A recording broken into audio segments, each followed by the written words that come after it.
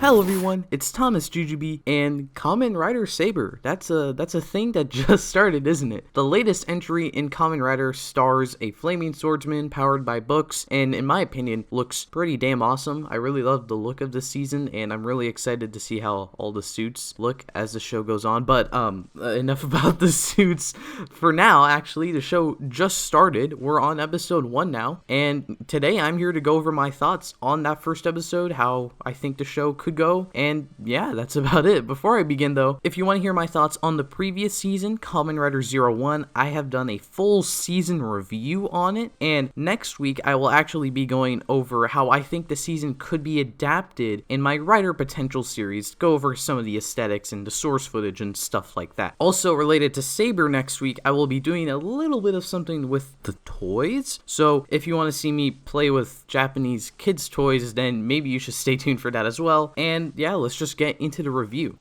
So my thoughts on the episode are mostly positive, so I really quickly just want to get my big negatives with it out of the way. The first one is just the CG effects used in the episode, and I don't mean like the normal effects Rider always uses for like attacks and whatnot, stuff like that, or most of the effects in the episode, like the bubbles that are always going. I'm sure for the most part those are CG bubbles, some of them are probably real. I actually really like them. I thought it added to the uniqueness of the fights and the environment. I'm mainly just referring to the bit at the end where just full stop we switch to a CG Saber, and then the monster has this clear green screen behind it, and then at the end of the episode as well, when the monster grows and everything kind of ends up looking wonky, it just felt really unnecessary to me. Like, I didn't think we needed that when we already saw so much of the fairy tale world as CG again, and it kind of took me out of the episode since it also didn't look amazing. So I kind of just had a slightly bigger problem than like the standard, haha, it's Rider CG, let's make fun of it. It's just here, it didn't feel like we needed to have it, and it was just a thing they wanted to add for no reason. And in addition to that giant monster effect thing, I don't mean to jump on the bandwagon because I've been seeing this a lot, but I don't really like how much like Sentai this felt. And I don't mean like the 20 million riders are gonna have, because I mean, we've been doing that for a while now. So I mean, like, obviously I love Sentai, and for the most part I don't really feel the comparison to Sentai in this episode, but it's just at the end when all of a sudden the monster grows for no reason, but not like the CG monsters Rider normally uses. It's literally the original suit shot from a different angle, just like Sentai does. And then after he's defeated, then we get an ending dance, which is awesome, but like, I don't know if it really fits here.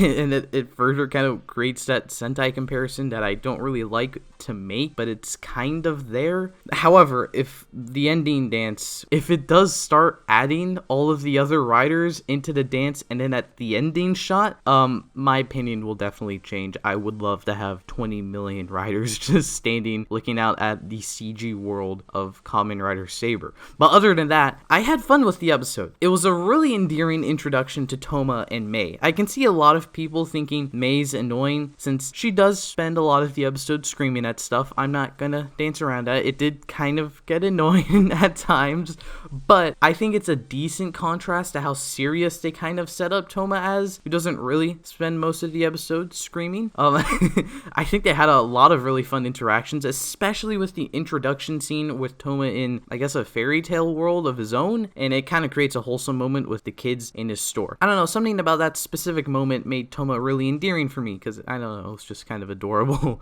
I also kind of like how he seems to procrastinate a lot with writing his books, because, hey, that happens to me a lot as well with, like, everything I do, so Toma is a bit too relatable to me in that aspect.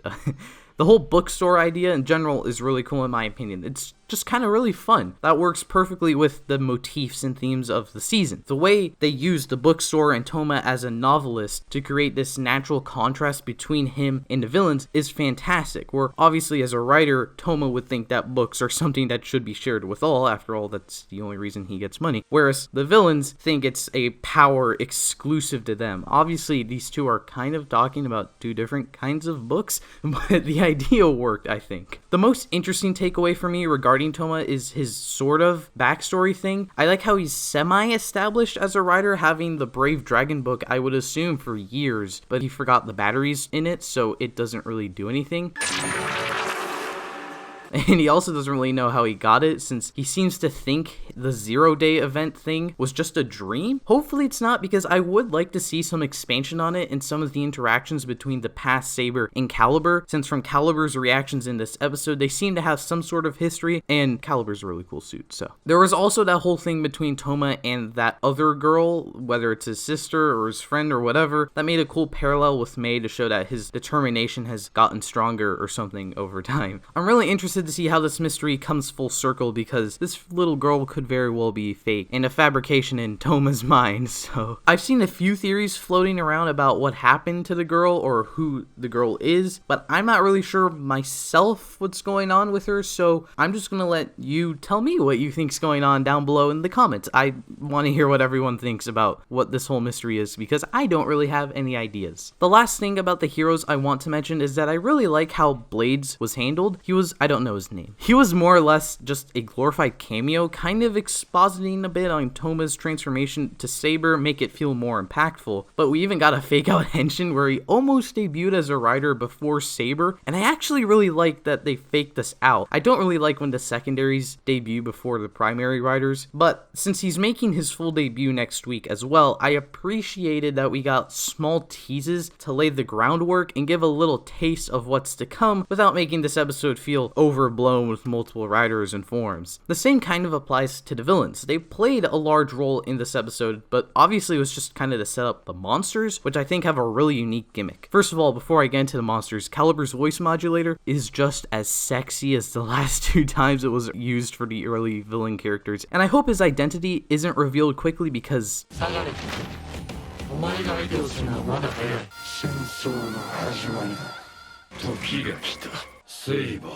damn, I love it.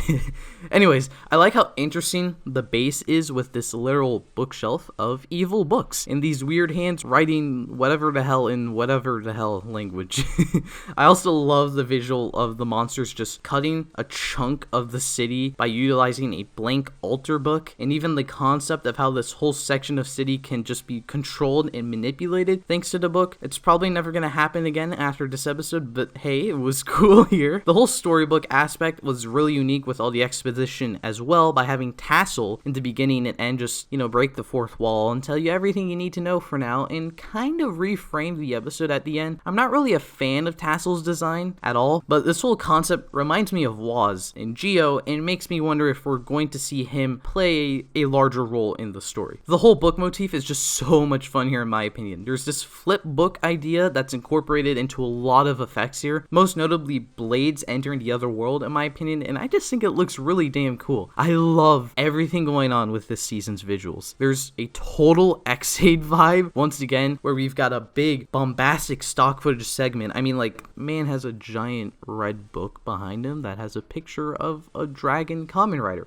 That's awesome. And then when he does finishers, it just cuts you to a stock footage segment, but there's like the flip book segment, and then he's doing the thing in the flip book, and it's like a whole ass read up, and I love it. It's really cool. I can't wait to see more of it with the other riders and attacks, since the Seiken Sword Driver has like 20 attacks on its own, and I love it so much. It also helps that I love the designs for this season as well. I absolutely love the idea of having 3 slots in a driver, but you only need at least 1 to be used at a time, and it displays an image of the rider form, but only when you pull out a whole ass sword from the driver. And as more books are found over time, it's going to create different images, and you can find different emblems to change the base suit of the rider, and I love it. It's admittedly such a dumb idea, but for me, it's so dumb that it comes full circle, and it's just super, super cool. And I absolutely love how all the sword stuff comes into play in the battles. It looks absolutely fantastic. I love the fire, the rapid slashing. It's awesome.